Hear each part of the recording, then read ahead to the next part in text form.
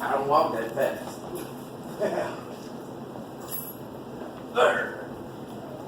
All right, yes, thank you. Give it up for me.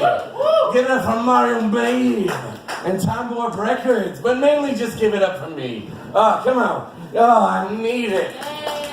Oh, it's so good. In fact, this is a very special show because my parents are here. So give it up for. Come on, everybody. Yeah. All right, are you proud of me now, you bastards? You get it? Because they're dead. No, but this is the best part. This is where I like to milk it, the beginning. I keep hearing people say you shouldn't milk the beginning, but this is awesome for me because everyone's happy and I haven't let anybody down yet. It's like when you're looking at the bacon-wrapped hot dogs instead of eating the bacon-wrapped hot dogs. You know it's just going to end poorly. But right now it's awesome. It's going to end in that explosive diarrhea. But why do we hate diarrhea? Diarrhea sounds like something warm and soft. Something you should enjoy, maybe just lounging around in. It's like, oh, I think I might call in sick today because I am so comfortable lying in this diarrhea. It kind of sounds like the princess in a Rodgers and Hammerstein musical. Diarrhea. I could feel you and I smell you, diarrhea. I couldn't hold you, but I felt you, diarrhea. Yeah, it's just gonna get worse from here. So, I do yell a lot, so even though this mic is on, you're just gonna hear my normal voice screaming over the mic. I yelled at that a lot. It's because I'm used to opening up for heavy metal bands. The thing, if you look at me, I already look like some Fallout product of a heavy metal video. And I opened, the last tour I was on, I opened up for the Mentors and a band called Face Down in Shit. And what I learned from opening up for heavy metal bands is if someone brings you a pitcher of beer and it's got a little too much foam in it, it's definitely piss. It's definitely piss. But I also have to take a poll at the beginning of my shows normally. But before I take that poll, I just want to note the decorations. I like these. I like Halloween time. We all like Halloween time? Yeah.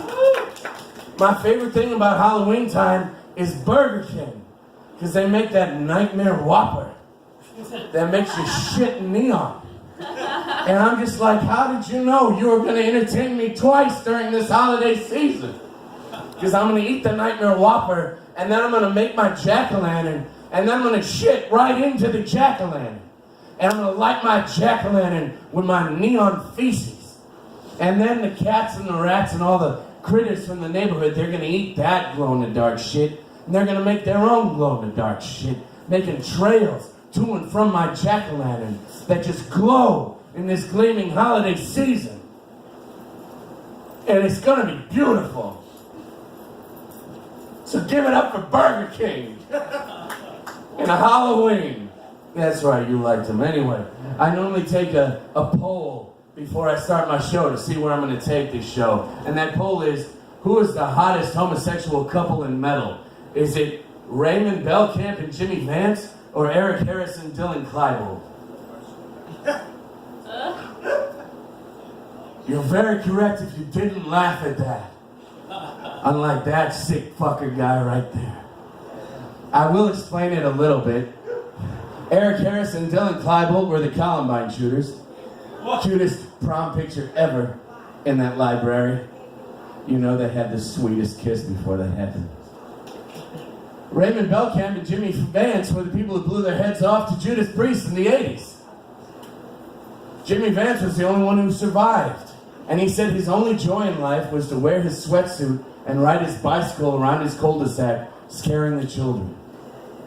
And thank God he died 3 years later. Because 5 years later, Rob Halford came out as gay.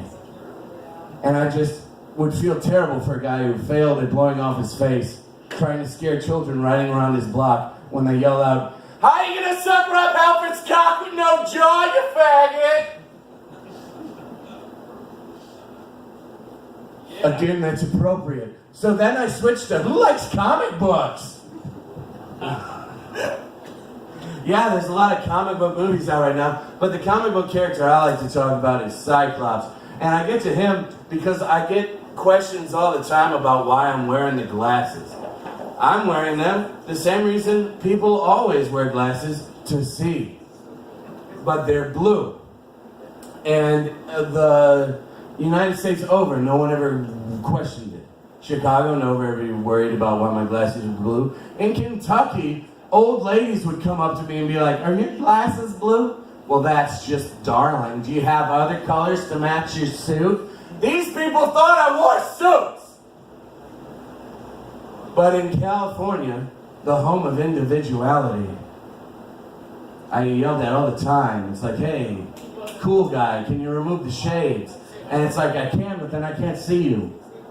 And if I did, like Cyclops, this is where we come back to the comic book, my eyes are so intense, we couldn't hold on to conversation. These are for your safety, not just my own. Because if I take it off, it's like, hey! How you doing? You want to go bowling, just me and you? You like camping, my friend? So I wear them. Alright. Is anyone still thinking about kind of making out with me later? Because this is a bad look on Tinder. The last Tinder date I had tried to murder me with their car because I didn't correctly introduce myself to their grandmother. I'll repeat that. The last person I met on Tinder tried to murder me with their car for not correctly introducing myself to their grandmother. I don't like Tinder. But if, like I was saying, if someone was thinking about making out with me, I will switch the way this set was gonna go and try and cater it more to relationships. No, I'm probably not gonna do that. But yeah, I'm kind of done with them. With dating people, the grandma thing. I mean, the last person I dated, I've gotten really fat lately because my leg is dying. If you saw me not be able to get up on the stage. I have a terminal disease that makes your bones rot, and it started in my femur. And that's one of those really cool things because now I just take my terminal disease card to goth bars and I say, hey, you ever fuck a dying guy? And they're like, no. And they get all interested. And I'm like, well, my leg's rotting off. And they're like, how long is that going to take? And now I know as soon as I lose my leg, I'm getting so laid! Oh, I'm looking forward to it. But yeah, the person I dated last before that was a larger girl. And she liked me because I'm now a larger guy. And you get cute little names for yourself. She's like, I'm getting off on this because it's like an easy chair with a boner. I screwed that up. She said lazy boy. No, I fucked it all up! I fucked it all up! My parents hate me! No, a lazy boy with a boner. She called me her lazy boy, and I would call her my easy chair because she was easy. Alright, let's move on from the furniture. I'm so sweaty. We had a lot of rednecks in here, and I can't say that I'm any different. Look at me. I grew up for the first 9 years in Inverness, Scotland. And then for the next few years, I was on the south side of Chicago. But my parents are from Kentucky, and you just can't take that out of somebody. And I've been traveling the country recently, and what I've noticed is every time someone wants to talk like somebody's stupid, they do a hillbilly accent. And they're like, oh, and Daddy said he was gonna finger his sister after he voted for Trump. Yeah, okay, dude, why is that funny? And it's like, the Southern people, for one, if you're doing this in the South, are no longer listening to you because they're all like, he didn't even say how you were doing when he got on stage, and I'm not fucking listening to someone with no manners. And if they did, they'd be like, those sound like two great ideas! Why do people, like, rednecks don't care that you make fun of them? It's the greatest thing. That's why it's so easy to make fun of them. Because it's like, oh, I'm sorry, do I spend the whole day being pulled around by a 4x4 truck in a inner tube? Yes, I do. Do I go mud dipping? Yes, I do. Do I drink myself to blackouts and then take a shotgun out and shoot at watermelon? You wish you had my life! It's just partying all the time. Oh, it's so good. But what I've been thinking about since I've gone to LA, and there it is, because in LA, everyone's got to slow down, Dad. And everyone's a bit more open to things. And I've started thinking, can I be gay? And maybe if I was dating like Sam Elliott, another deep-voiced cowboy, where all we would do was just sit around and eat steak and drink whiskey, watch NASCAR, and then occasionally fuck, maybe we wouldn't even do that. It would just be too sickening to the both of us. We'd call it draining the poison time. And then we'd just go back to eating whiskey and drinking steaks and watching NASCAR. What I think I'm getting at is like, I kind of would like a friend.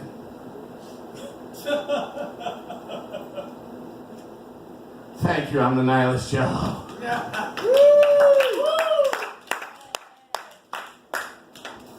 Thank you, sir. Thank you. Give it up for Jay, Nihilist Gelo! I take a little bit of offense to that last set because I did finger my sister after I voted for Trump. I don't see what the big deal is. She's having a baby with her gay brother. What the fuck is wrong with that, America? Nothing! Alright, this next comedian is also from down south, from the Houston and Baton Rouge area, down on the Gulf Coast. Give it up for one of our favorites here, Miss Sheila Jackson Murray! And she is going to close it out for us, and then we can go home, okay, people? But not until she comes to the stage.